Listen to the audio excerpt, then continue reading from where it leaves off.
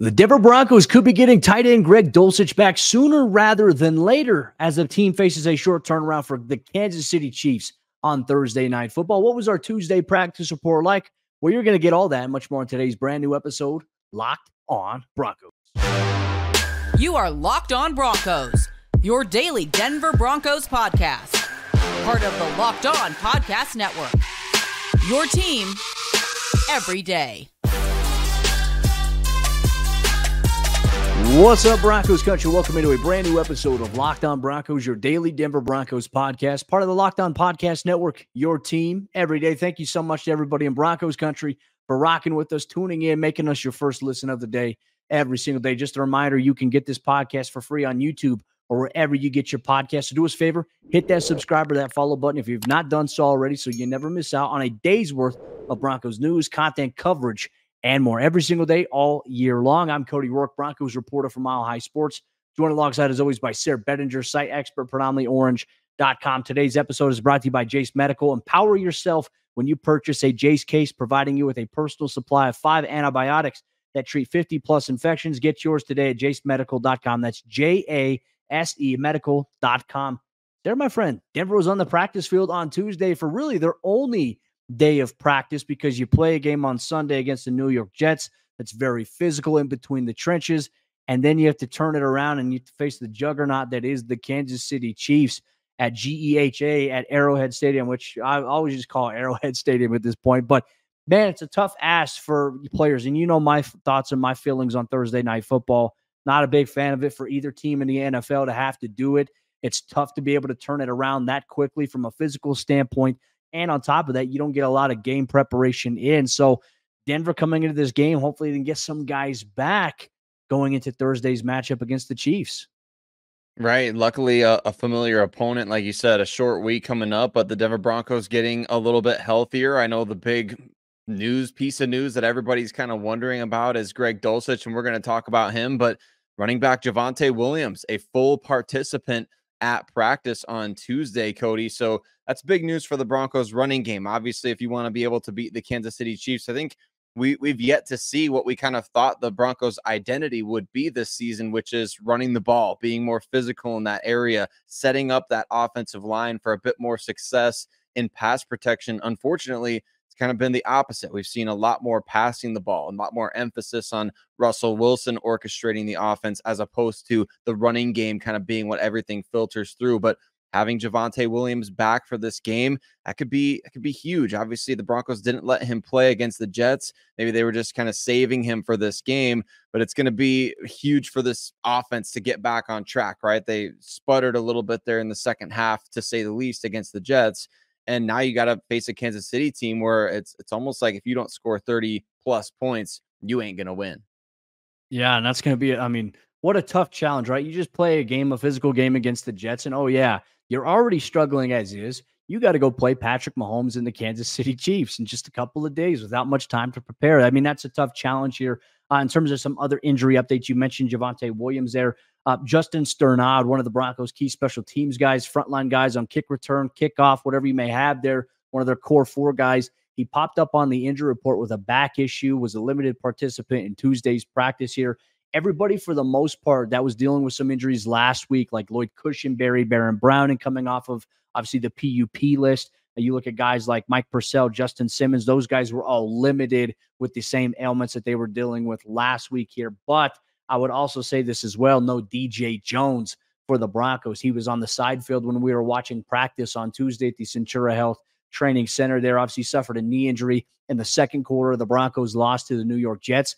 He did not return for the remainder of that game. And look, I mean, not participating here on this important day, part of me is wondering here, I'm not sure at this point if he's going to be on track to play, especially dealing with the knee injury. Like, those things are very serious. If he can't have his full force behind him when he anchors down and engages, that's going to be a tough thing to have. So if he's not able to go, you may see a practice squad elevation to game day for a guy like Tyler Lancaster. Might see a little bit more Elijah Garcia. Obviously, Mike Purcell was questionable as well last week going into the game, but did play.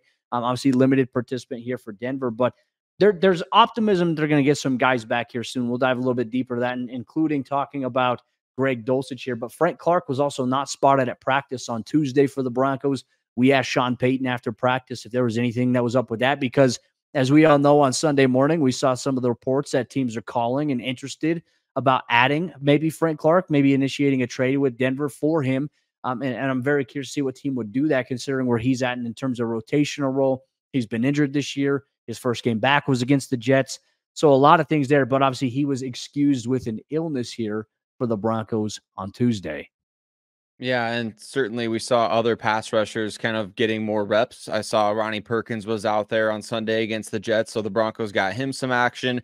Who knows how close we are to Baron Browning actually getting game action too, right? I don't know if the Broncos necessarily, they just activated him off the PUP last week. I know it's already almost game day here for the Broncos, but it hasn't been a full week of practice or anything like that. So get those young guys some more opportunities. And Frank Clark's situation kind of reminds me of, remember a couple years ago, Melvin Ingram. I can't remember who he even signed with, if it was Miami or something, but Pittsburgh traded for him, or vice versa, something like that. So it could be kind of a similar situation there where it's like, why is somebody trading for him? And then he obviously goes to a new place and maybe gets some more playing time, and you never know. So hopefully, I mean, he gets at least one shot against the Kansas City Chiefs. I know he, talked in the offseason about how it's not much of a rivalry when one team is winning all the games. So maybe he could do his part to kind of help the Broncos get back on the board there. But ultimately, I think it's beneficial long-term for the Broncos to get more reps for those younger guys.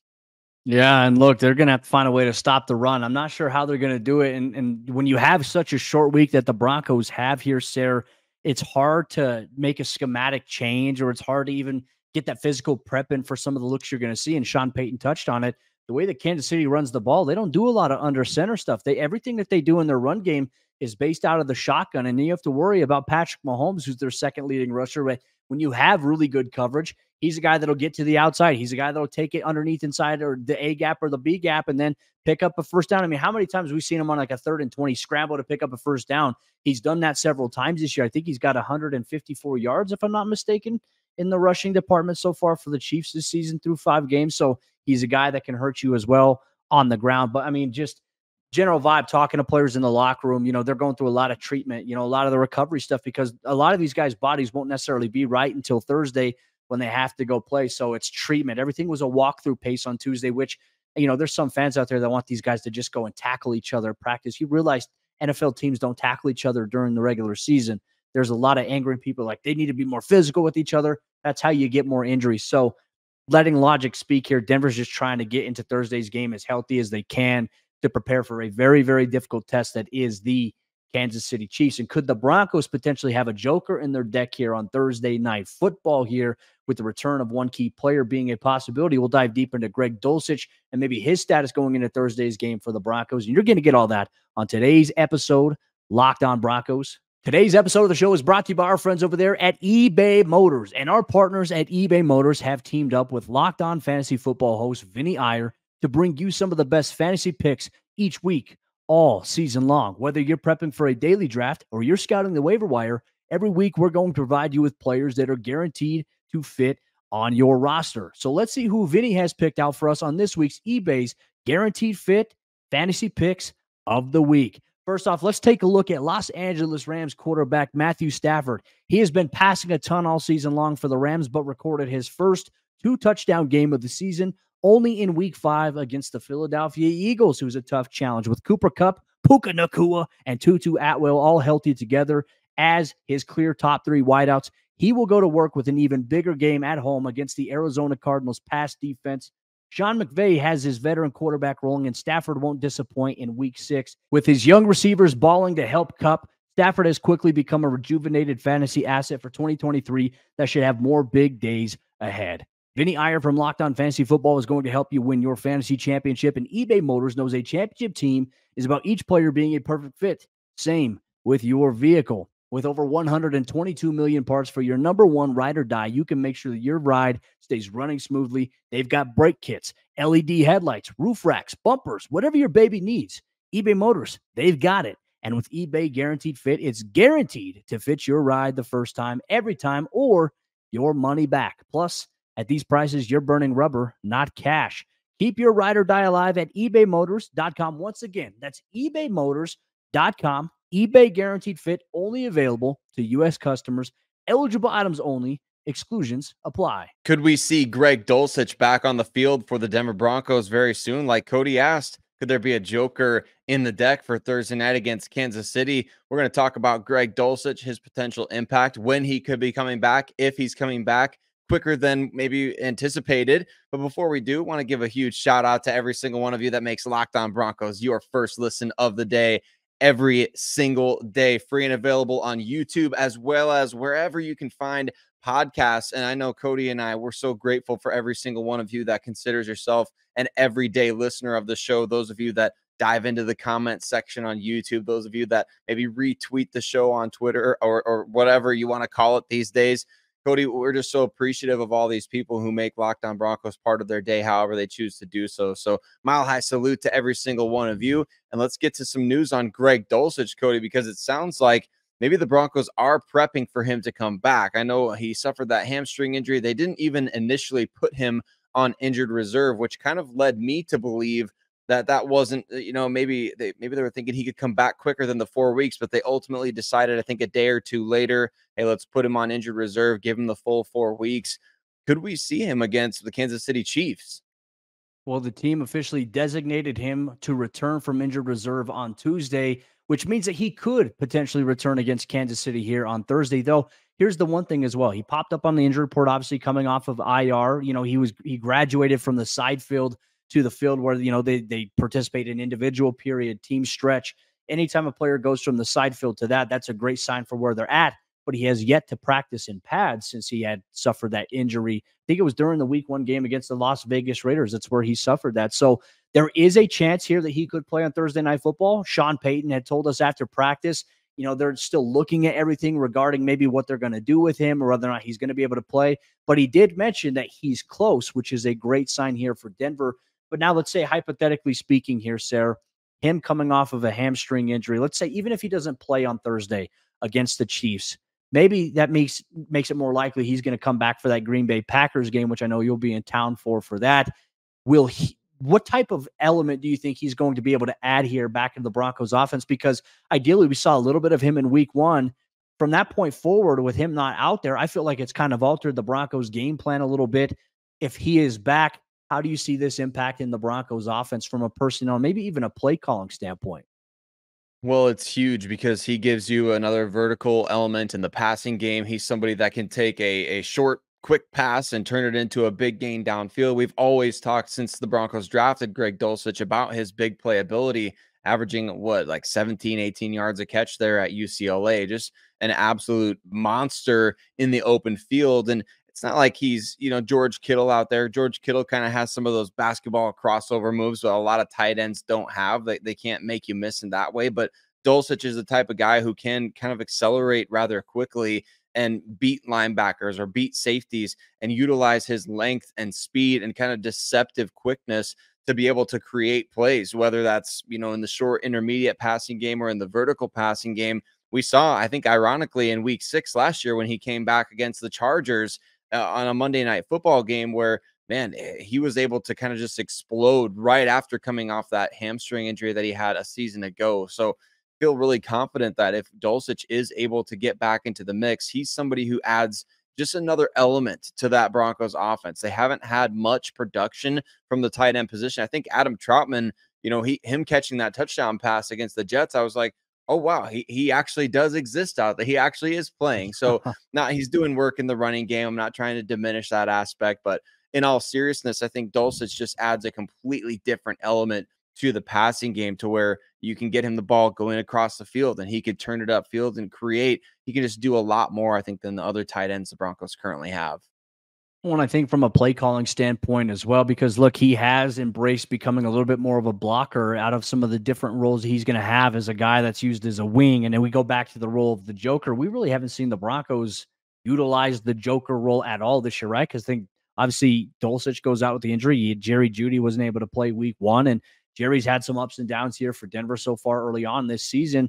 And, we were starting to think that maybe Jaleel McLaughlin's going to be the Joker here for Denver. And very well, that could be the case. But I think with a guy like Dulcich, I don't think you can necessarily do this and excel with Adam Troutman. This isn't a shot at Troutman in any way, shape, or form.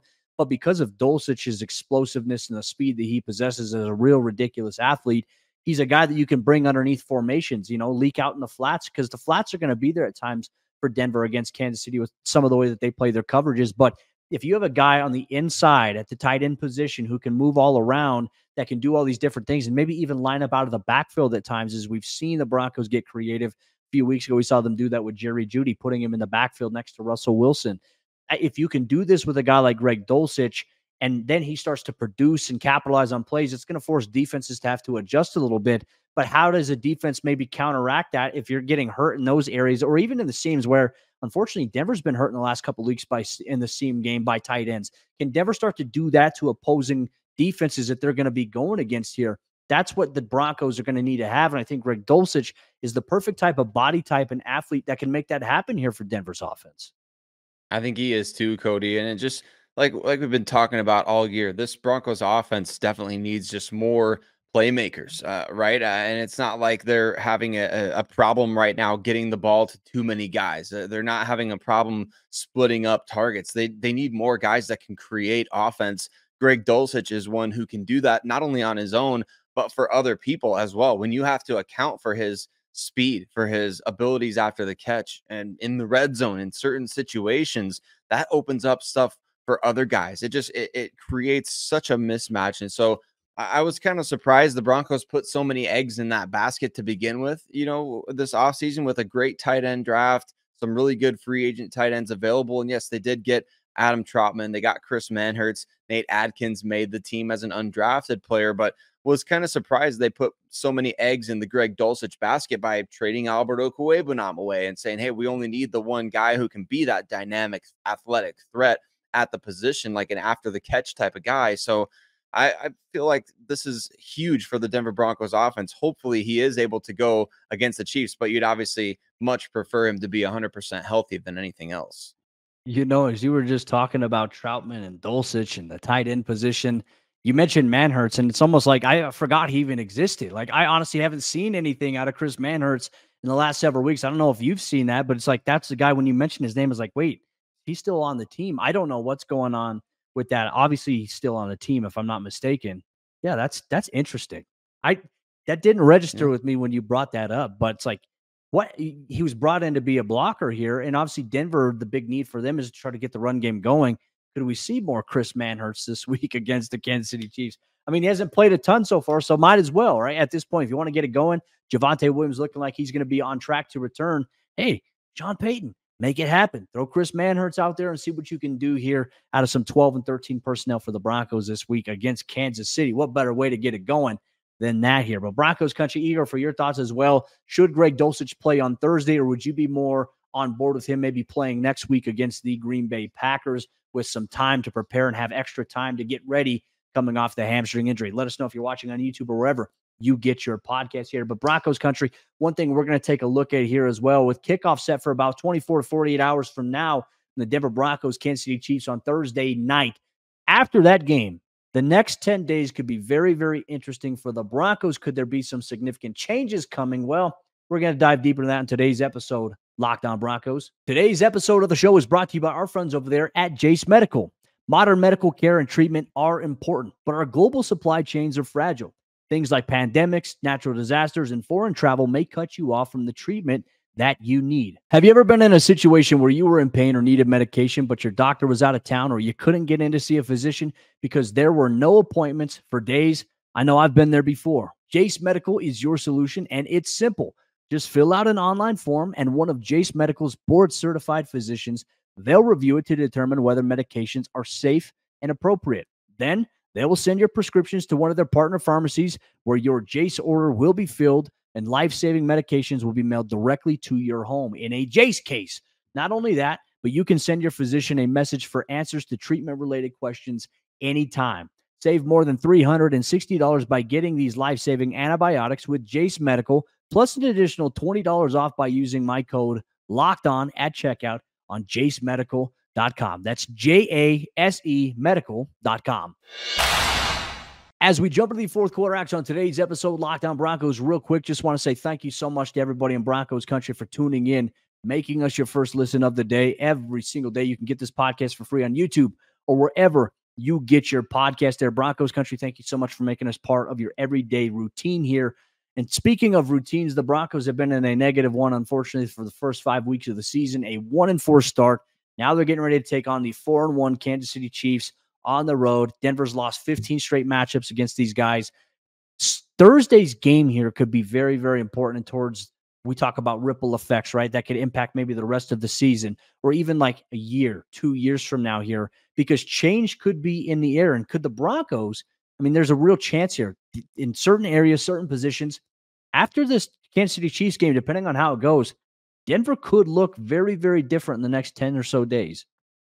They could, Cody. I mean, obviously, when you have that kind of in between two games, it's almost like a mini bye week right there. So it allows you to kind of take some time and say, all right, we do want to make some of these changes. And we know that the trade market is heating up. We've seen, I just was walking around at the zoo today, Cody. I hear Van Jefferson got traded a couple days ago. Chase Claypool got traded. Trades are going on. Teams are ready to start making these moves, and they want these players now because there's so many teams right now that are 2-3, 3-2, and they're just right in the thick of things. And they want to make sure, okay, if we're going to make a little run here, let's go get these guys that can help us right away and not just wait to the trade deadline to see where things are at.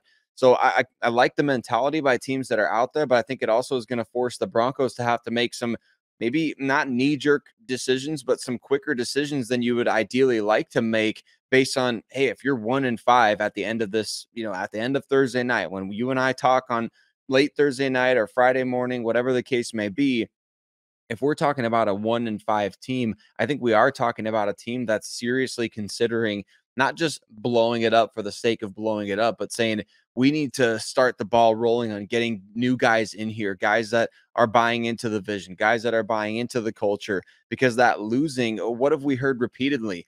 This team not only needs to learn how to win, they need to learn how not to lose. Well, and you look at Kansas City as well. You look at Sean Payton said it best. Like, there's times where Kansas City struggles and makes mistakes, right? But they still find ways to win games, and that's the mark of a really good football team.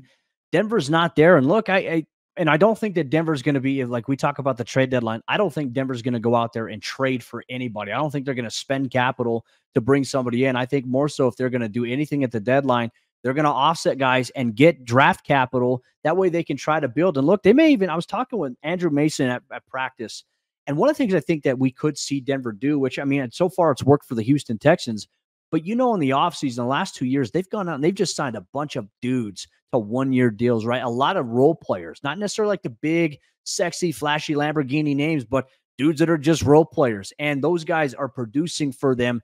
If Denver is going to go and say, let's strip some things down here, that might be the best course of action for them, because it could be a 1 to 2 year process. And we'll see where things are at on some other things. But I felt like it was also interesting enough here.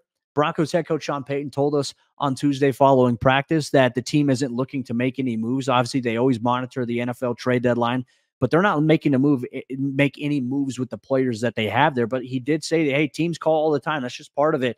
But he said, and he was kind of open about it, they're not looking to make any moves, which for me, part of me wonders here, how much of that is real, how much it's not, because he also came out this offseason and said that they're not looking to trade any of the receivers, and they didn't do that. So do we believe Sean Payton? Is there just smoke and mirrors here? I mean, obviously, you don't want to tip your hand, but I think with Denver sitting at the record that they're at, if somebody picks up the phone and calls, like, Denver could be swayed or enticed a little bit. Yeah, to me, what he just said right there, Cody, is that the phone lines are open. So if you want somebody, go ahead and give us a call, but we're not going to necessarily desperately try to get rid of these players, right? Because there's no reason for the Broncos to do that. They don't need to sell low on a bunch of guys. There's not we haven't, shockingly, Cody, I feel like the Broncos are one team where you could justify a lot of players making trade requests or saying, like, I want to be traded. You rarely ever hear of that. If it's happening behind the scenes. I can't recall a player who's like, I don't want to be here anymore, Chris and I'm Harris done. Jr. Like, is the last one. Chris Harris, there you go. So it's been a while. So certainly it's a situation where I think Sean Payton and George Payton, the phones are open, and they're going to be willing to take calls. Now, the one thing that's nice about the NFL trade deadline is, like, a lot of people say it's anticlimactic. Yes, the day of the NFL trade deadline is pretty anticlimactic, but certainly the days and weeks leading up are not. We've seen big trades happen every year for the last however many years for the Denver Broncos, trading away Von Miller, Bradley Chubb, Emmanuel Sanders, Demaryius Thomas. Like, the Broncos make at least one big trade, I feel like, every trade deadline.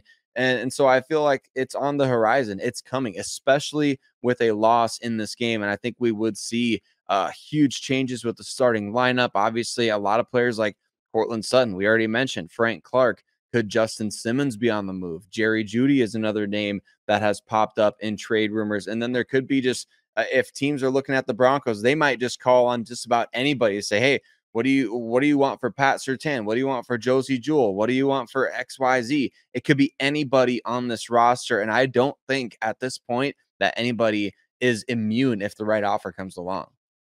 It'll be very interesting to see how Denver fluctuates. I think we're more than likely going to see a move at a receiver than anything. And it makes kind of a little bit of too much sense here, too, because you look at Traquan Smith, who just signed to the practice squad last week. He had offers to join some teams' 53-man roster. So part of me is wondering, okay, hey, you know, could they just roll with maybe a Marvin Mims, Brandon Johnson, Traquan, Lil Jordan Humphrey, and then your tight end usage that you have Denver roll into the rest of the season with those guys? I could see it a possibility here for them, but it would mean that, hey, that means they're kind of punting on the season. And look, we got some comments on YouTube the other day, Sayre, where we were told, well, there's 12 games left in the season. Anything's possible. And certainly, yeah, anything is possible. But we've talked about it here on the show. As much as we would like the Broncos to be successful, for you, for the sake of the fans that watch this show as well. And it's great because when things are good, things are even better here for us. And the audience isn't as angry. But the reality of the situation is here, Denver is in a position where these 12 games remaining, they get tougher and tougher. They have the second hardest strength of schedule remaining outside of the Cincinnati Bengals, who have the hardest schedule remaining left on the season. The way Denver has played hasn't shown, I think, any of us any reasons to have optimism that they're going to get things together. The offense has been fine, right? And obviously there's areas they got to be better, but if the defense continues to struggle at the rate that they're at, another change we could see maybe made after Thursday Night Football. Could they ever make a change at defensive coordinator? I don't know. I don't know if that's going to be the case. It could be in the plans. It could be in the works, but it's something that Sean Payton has expressed, that the Broncos run defense and the struggles they've had needs to get fixed quickly, which, hey, you have a short turnaround on Sunday to Thursday. Not very easy to do just that. So we'll see how Thursday's game goes here. But Broncos Country, that'll wrap up today's episode. Lockdown Broncos and your favorite podcast and provider, or wherever you get your podcasts on YouTube. We're going to be talking a little bit more in terms of a preview on tomorrow's episode, Lockdown Broncos Crossover Thursday. Yes, it's on game day here, but Chris Clark and Sayre Bedinger are going to sit down to preview Thursday's big-time matchup in primetime action on Amazon Prime. Broncos 10.5-point road underdogs in this game. Who are the players to watch? What are the keys to victory? Well, you're going to get all that on tomorrow's brand new episode, Locked on Broncos.